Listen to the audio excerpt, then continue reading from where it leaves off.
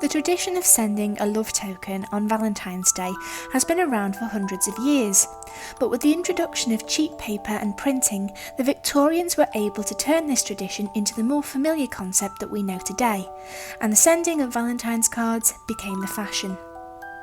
In the University of Liverpool's Special Collections and Archives, we do have a few examples of Victorian Christmas cards showing different techniques and styles, including embossing, gilding, painting and calligraphy.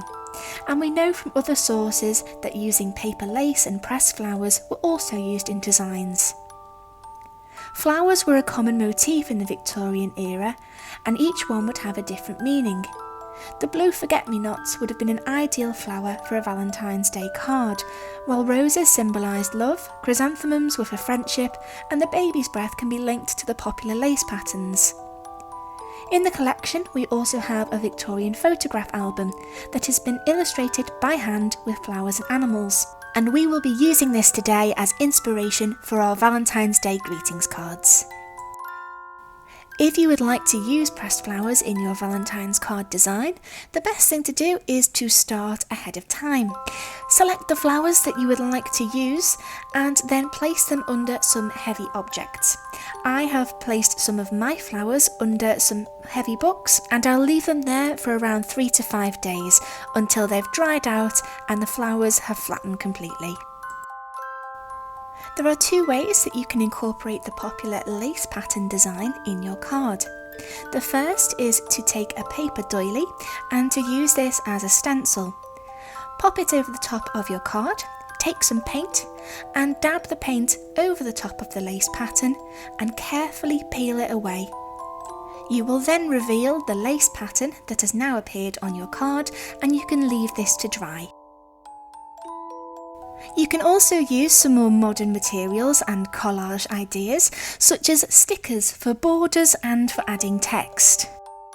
Once your pressed flowers have completely dried, you can use these in your designs too. I'm using a combination of foam stickers and shapes and gluing down my pressed flowers on top. Another way of creating the lace technique is to use the paper doily itself and use it as a collage material to add directly onto your card. Photography was first invented in 1839 and used a lot during the Victorian era. Many of the Valentine's card examples use images of people, pets and places on them, so why not take a modern photograph and add this to your card? It could be a photograph of yourself, a photo of you and your Valentine together, or a special place that you've been to. Painting and drawing was a way of adding a personal touch, so why not get some inspiration from the VG&M art collections like I have done? I've selected the artwork Flowers and Leaves by Ian McCulloch and copied the design onto one of my cards. I've also added my own calligraphy onto the design, and you can add similar techniques to the Victorian examples that we saw earlier by using gold paint pens or stickers to make the gilded and embossed effects.